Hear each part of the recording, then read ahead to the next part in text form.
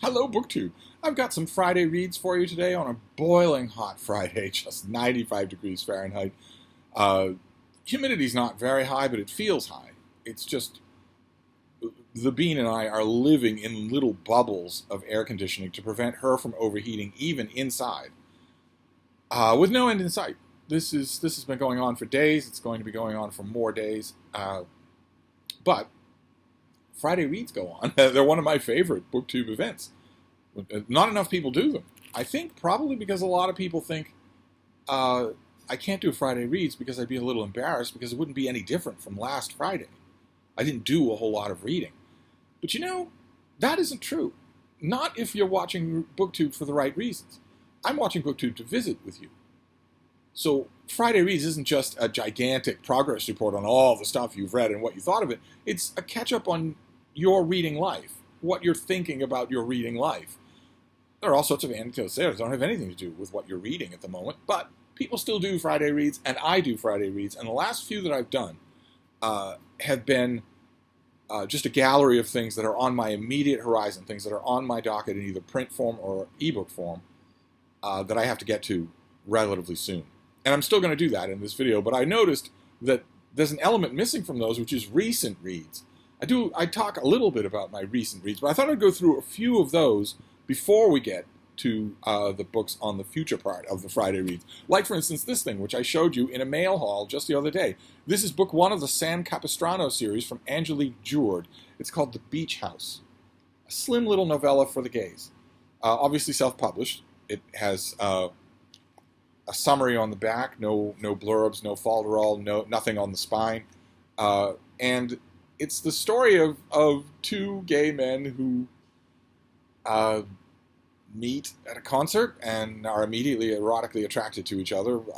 One is sort of an extroverted business-type go-getter, very stylish dresser. The other is very tall, not very awkward, but very tall. We're told that over and over again, and a little bit ingrown. And we learn later on in the novella that that's because of abusive relationships in his past. But there's virtually no obstacle to their relationship. Virtually none. They're in bed with each other in a matter of pages.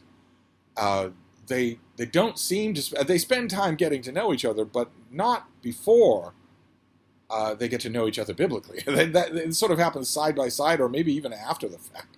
And I forget what I paid for this on Amazon. I'm sure that it was worth what I paid for it. It's an entertaining read. It took me 30 minutes to read.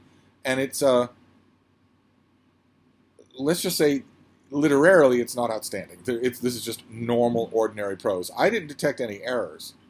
And I didn't detect any howlers either, which in a self-published book, which I'm assuming this is rare.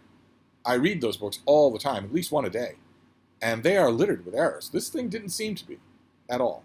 I could easily picture that if the author had maybe gone back and woven a little more complexity into this thing, and maybe a subplot or two, spin it out to 250 pages, I could easily see this having mainstream commercial appeal. I bet it would be sellable as a mainstream novel if there were just a little bit more going on. I mean, this isn't a long thing. How long is this book? Oh God, don't tell me the pages aren't numbered. Oh my God, the pages aren't numbered. I didn't even notice that. It's 100 pages, soaking wet, something like that. And you know, you're in page 80, and the couple are still having tiffs about nothing. They're still working things out, even though they have been sleeping together for a long time. Pacing, I guess, is what was wrong here. I thought it was an amiable story, but I could have stood for there to be a lot more meat on the bones. I will still keep it. I don't often buy print books from Amazon. I don't often do that, so this appealed. I might even buy... I mean, this says it's number one in the Sam Capistrano series. I might actually buy the next one. I'm sure it'll crop up since I bought this one. I'm sure that Amazon, Big Brother, I'm sure will let me know when the next one shows up. Maybe I'll do that. It's not all that much money. So that was one thing. I've read a lot since last Friday. I've read a lot of books, closing in on 50, so I'm not going to do a précis of all of them, but one of the things that I showed you on a Brattle haul, I could not resist. I cleaned it up a little and then dove into it. It's by Wilfred Sheed, and it's called The Morning After and Long After. the title referring to the fact that Wilfred Cheed had a fairly successful, well-received collection called The Morning After.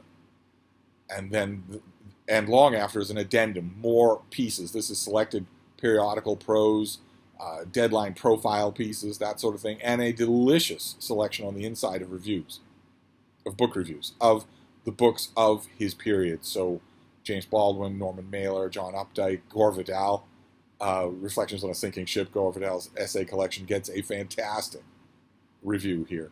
And also, she looks at some late work by Graham Greene and V.S. Pritchett in a longer piece that's tremendous, just tremendously insightful, and wise, and even gentle. And boy, oh boy, I know this isn't going to be applicable to most people who are listening, but there's a reason why I have a huge collection of these kinds of books, collected book reviews by people in my own profession who've come before me. There's nothing that sparks your enthusiasm more than, for me, than going through these things and reading them again, seeing how somebody does something. Like, for instance, reading Wilfred Cheed on a John Updike novel, or on, let's say, Reflections on a Sinking Ship. I know Reflections on a Sinking Ship really well. I know Gore Vidal's oeuvre really well. Reading a review like that, I can't help but think, A, what kind of circumstance was this done under? I don't know. Did you have a good editor? You obviously did, if you're allowed to say some of these things. Did you have a lot of room? You obviously did have some room. Did you have a tight deadline? Did you have a lot of other things on your plate that day? Well, there'll never be a Wilfred Cheed biography, so I'll never know that. Not only that was A, but also B, how would I do it? I know that book. How would I review it if somebody asked me to do that? It gets the reviewing juices just churning to read something like this. So I was happy to do it. And then the other thing that I want to show you before we get on to the lighted screen, we're obviously going to need the lighted screen. I don't know if you've noticed this, but since the beginning of this video, 7 minutes ago, we have lost sunlight. Thick, heavy clouds have rolled in. I'm in the middle of the video, though, so I'm not going to get up and turn on any lights. You just have to put up with this. Fortunately, the iPad mini screen is lit. But the other book that I want to show you is this thing, John Guy's book on Tudor England. Which I got at the Brattle. I found this, my old paperback of this didn't look like this, didn't have this big slab of beef on the cover. I had the previous paperback of this. I found this at the Brattle a couple of years ago, and I hadn't reread chunks of it in so long. This is so good. It is so good. This is that mythical thing that so many people ask me about. If I wanted to read a big, comprehensive, one-volume overview of the Tudor period, what would it be? This is that book. To hell with Peter Ackroyd and his volume on the Tudors. This is that book. I've had a tremendous amount of fun going through this thing. So that is the that is the currently reading. I can't believe I'm turning on lights at 2 in the afternoon. Then we'll go to things that are on my immediate docket. Try to read very widely in a large amount of genres, and also things that are mainstream published, self-published, that sort of thing. This first one we'll look at is the first book in a series.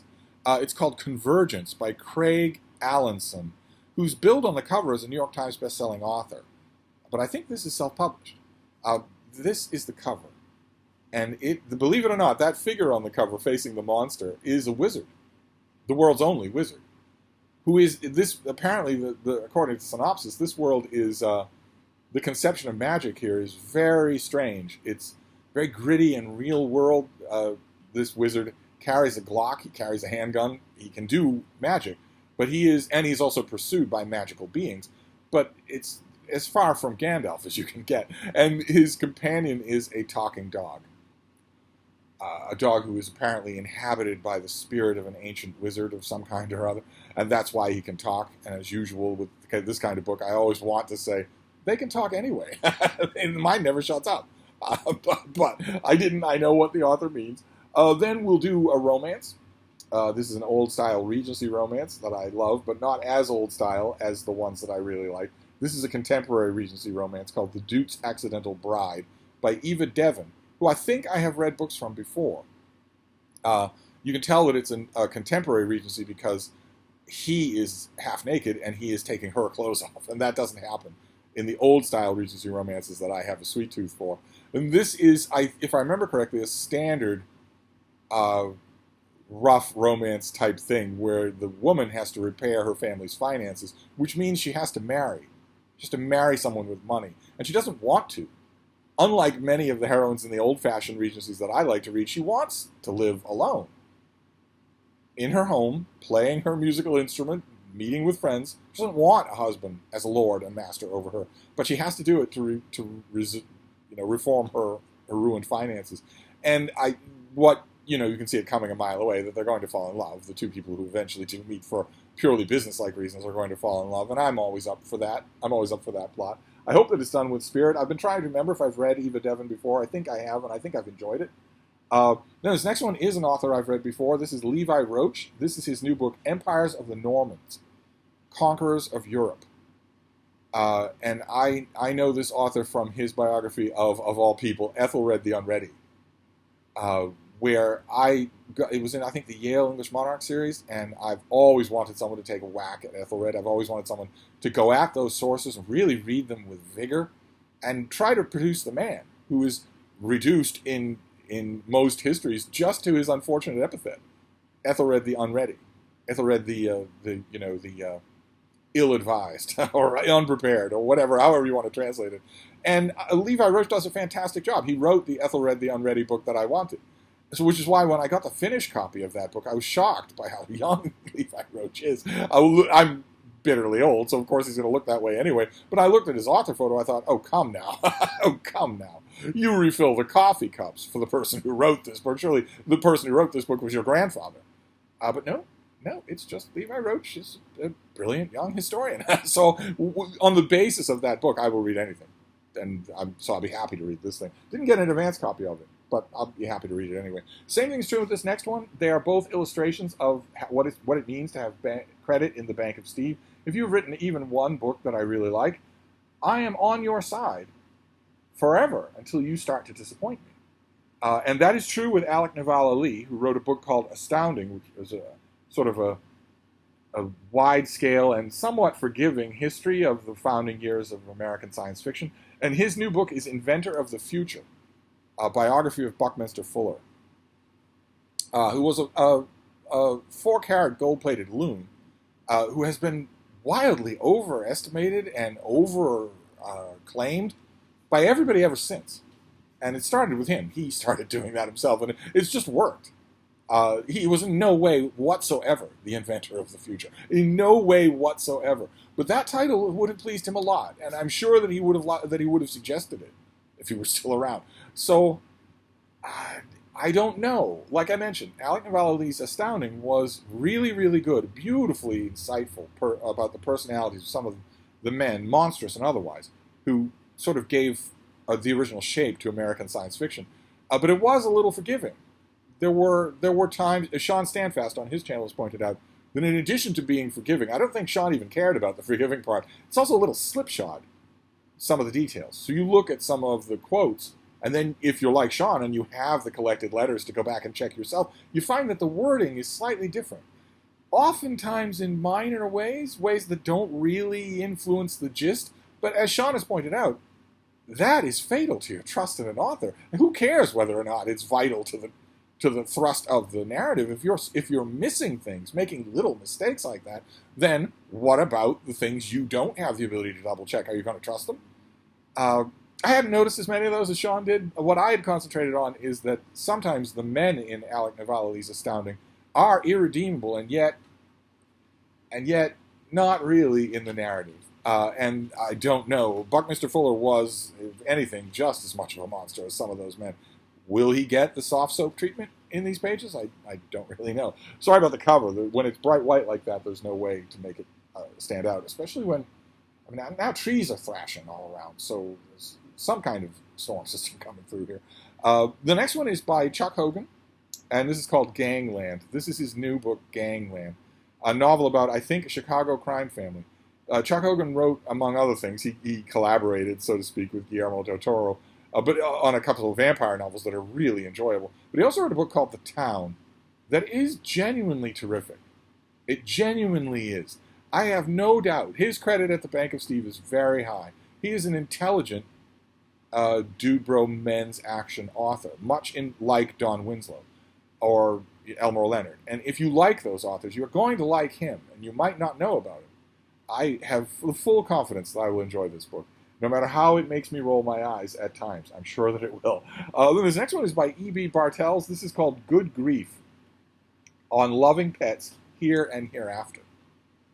I don't know anything about this book except that I know that it's going to be about grieving for lost pets. Kind of refreshing that there are a number of different kinds of lost pets on the cover. And I don't know about that hereafter business. There is no hereafter. And using it as a way to comfort yourself is a way to damage healthy grieving. Healthy grieving is you coming to terms with the person not being there anymore. And the persistent idea of some kind of afterlife destroys that. It severely retards your ability to heal properly from grief. But it can give comfort, and who knows what take this author will have. I'm naturally not going to pass this book up, since I have gone through this grief, not with turtles or cats or gerbils or whatever, but with dogs many, many, many times. I have been through it many, many times, including on this channel. So it's always interesting to me on a personal level to know what insights an author will bring to that subject. I've read many, many books on the subject, and I'm sure I will continue to. It's not morbid, because I did grieve healthily. I did process my grief healthily, even in 2 instances where I was 100% certain I would not. I did anyway. So we shall see. We shall see what the author has to say about this. Unfortunately, this next one, I know what the author's going to say, but it's a new book. It's a prominent figure who's going to only get more prominent in American news, so I have to read it. It's The Great Reset by Alex Jones, the conspiracy theory thug and liar Alex Jones, who's been in the news this week because his trial against the parents of the Sandy Hook victims, they finally had their day in court trying to bankrupt him for calling them liars, for saying that they didn't have any kids, that their kids didn't die in the school shooting at Sandy Hook. He was finally brought into court, and that trial would have made news headlines anyway, but it made even more headlines because the opposing lawyer revealed that Alex Jones's incompetent attorney had sent that lawyer the whole contents of Jones's cell phone for the last 2 years. All calls, all text messages, everything in the memory of the phone. And that proved beyond a shadow of doubt that Alex Jones was lying in that court case, and who knows if he'll ever be held accountable for that. If you or I committed perjury, that was easily proven, we would be held accountable, but Alex Jones, I don't think will be. But in addition to that, in addition to proving that, every law enforcement agency in the country wants that phone now, not because of what it says about Sandy Hook, but because of what it says about January 6th, the armed insurrection to overthrow the government of my country. Alex Jones was involved in that up to his eyeballs. And everyone else who was involved with that up to their eyeballs deleted their texts. They wiped their phones or threw them away. He didn't. So no wonder. It's no wonder to me that the Department of Justice, Homeland Security, the January 6th Committee all want that phone. But Alex Jones is far more dangerous than that. If you watch the clips that have gone viral from his trial this week, what you will see is a noticeably stupid buffoon, a roasting tobacco addict. He's got the constitution of an ox, but I'm sure he has stage 1 lung cancer. I'm sure that he does.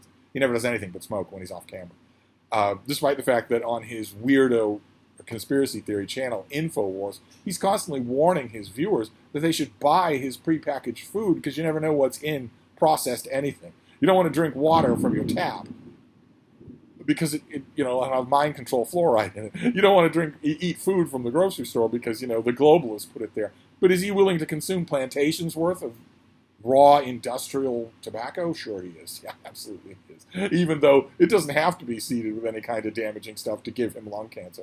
But I know he looked like a buffoon in that trial, but he's a far more dangerous figure than that. He is a full-blown Nazi. He's not a neo-Nazi. He's not an alt-right figure like proliferate in American politics.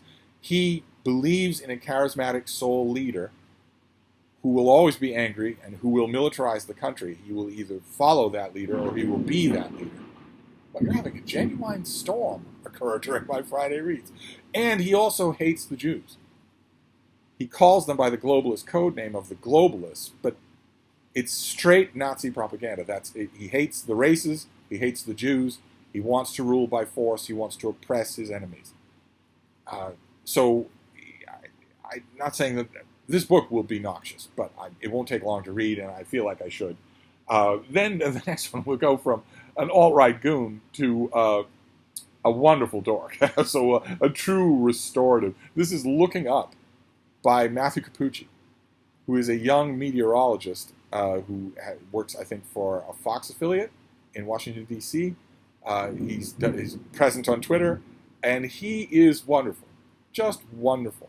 I feel so grateful for his explaining meteorology in various social media that I almost hesitate to read this book because I might want to review it, and what if I don't like it? It'll feel almost like a personal conflict. Although I've never met Matthew Capucci and don't know him at all, but if you've seen him on Twitter, or I think he's on TikTok too, or if you've seen any of his YouTube clips from his show when he does the weather, the first thing that will strike you about him is that he is obscenely young. He looks like he's 15. He sounds like he's 15. His voice is not broken. But he knows everything there is to know about the chaos that's going on right outside my window. He would be telling you all about what this is and what it means, how long it's going to last, all the climate forces behind it. Kind of amazing. And the idea that he got a book, that he found time somehow to write a book, is very enthusing to me. If you have not followed him on Twitter, you really should. But I'm definitely going to read his book. I don't know if I'll review it. And then this next one is by Michael Broers, and this is Napoleon, The Decline and Fall of an Empire, 1811 to 1821. This is part of a multi-volume biography of Napoleon Bonaparte that Broers has done. I think I reviewed one of these earlier volumes. Again, if I remember, I will try and find that review and leave a link. But if I don't remember, for any of these things, if you think I have a past with an author, just go to Google, type in my first and last name, and type in the author's name and the title of the book. That will give you an indication right away of whether or not I've written about a book. I think I've reviewed an earlier volume of this. And it is a standard Napoleon biography. This is some very dramatic years that this volume is covering, but I would like to call a moratorium on multi-volume biographies of the pestilential little Corsican. I'd like to do that. Let's give 800-page biographical efforts to other people, not Napoleon Bonaparte. He's had enough study in history. And this didn't have any of the, if I remember correctly, it didn't have any of the rhetorical flair and the intentional bratty troublemaking of, for instance, Andrew Roberts' great book, Napoleon the Great, where I disagreed with every article and conjunction in that book, but I still loved it. I don't think this had anything like that. I'll have to reread my old review, and I think I have one of the earlier volumes here, but I will definitely be, I can't ignore this. This will be a big Napoleon book from a major publisher, so got to do it. Then this next one is a little bit on the wild side. I'm not putting this forward in the way that Alex Jones does. He is just a grifter. He just wants your money. He thinks you're a fool. And he himself is a bit of a fool, but a dangerous one. But nevertheless, some of the material that is on the fringes of what he covers is also valuable to know. And that's what this is. This is by Sean Douglas, who's not crazy, I don't think. And this is the Prepper's Survival Guide Bible. And this is all about prepping, but in a saner way than it's usually portrayed on, for instance, InfoWars or other grifting sites. This is about what do you need to do to prepare for unforeseen catastrophes. You should be thinking about those catastrophes, not obsessing about them, but do you have the ability to survive outside of your home at a moment's notice? Do you have a supply of drinking water in your home in case the water coming out of your tap is suddenly not there anymore and you don't have the ability to go to a store, or the store has no water? Do you have a rudimentary first aid kit? Do you have maybe a rudimentary $10 water purification straw in case you need it? Do you have maybe supplies of imperishable food in case the grid fails? As it came within a whisker of failing at the beginning of COVID-19 pandemic, and it could fail. It easily could. And if you are completely dependent on it, you ought to be doing some prepping, not the extent of this book, the guy in the gas mask, not the extent of this book, but some thinking along that lines is worthwhile to do. Some thinking. Do you have a little bit of cash stockpiled in your home? Do you have a first aid kit? Do you have a supply of water? Do you have rotated non-perishable food items? In case you have suddenly, without any warning, to go without a steady supply of food for 3 days. Just 3 days. You can start small like that. I'm sure this book is talking about 3 years or 300 years. But I read these things. I'm interested in how they're being positioned. I'm curious about that. There were Russian cyber agents moving around at large, at will, unimpeded, in some aspects of the American electrical grid in 2015. I'm sure that has not improved. So it's a subject worth thinking about. It's just a little hard to find people who aren't Alex Jones. It's a little hard to find people who aren't barking crazy and trying to sell you plutonium pills or something ridiculous like that. So I will hope that this is one of those. And then we'll finish up with a YA novel for the gays. Gotta have something for the gays. This is by Aaron Aceves, and it is called This Is Why They Hate Us. I want to point out that in most parts of the world, in most places of the world, in most stratas of the world, they don't hate you. That persecution narrative is misused when it is overused. But this is a YA novel about, you know, two boys who meet cute, and are they destined for each other or not? As far as I could glean from the synopsis, one of the interesting twists here is that the shy boy who is deeply interested in another boy in his school who is moving away, that boy has a number of competitors for his affections. In other words, it seems a little bit hopping when it comes to the lovelorn and the cross-purpose love interests of all these gay boys at this school, which isn't usually the way. Usually, if it's Love, Simon, and something like that, it's one-on-one, right? It's usually if it's What If It's Us, which I think this book is intentionally mimicking. God help us, I hope not. But if it's something like that, it's usually to the exclusion of the rest of the world. And I don't think this is. I think there are lots of cooks at the stew. This thing, always interested in these things. I don't think I've ever read this author before. This might be a debut, but I'm always interested in seeing what kind of energy you bring to this kind of a storyline. So I would gladly read it. It's coming up. It's part of my Friday reads. But looking out the sky at the bending trees and the dark sky and the wild howling wind, I'm wondering if this is the last Friday reads ever. I hope not. I'm too young. Plus, I've got 6 more videos to make today. Anyway, that's my Friday reads for today. We got through it. I will turn the lights on for the rest of the day's videos. And I'm curious to know what you're doing. What I said at the beginning is absolutely true. I want to know what your reading life is like in the week since last we checked. How is the reading going? Mostly electronic, mostly print books, doing more than you were hoping, doing less, maybe thinking about trying your hand at reviewing, whatever. However it is, I want to hear it, and what you're actually reading and what you think of it. So I'm going to wrap this up for now and hope I survive until next time. Thank you, BookTube.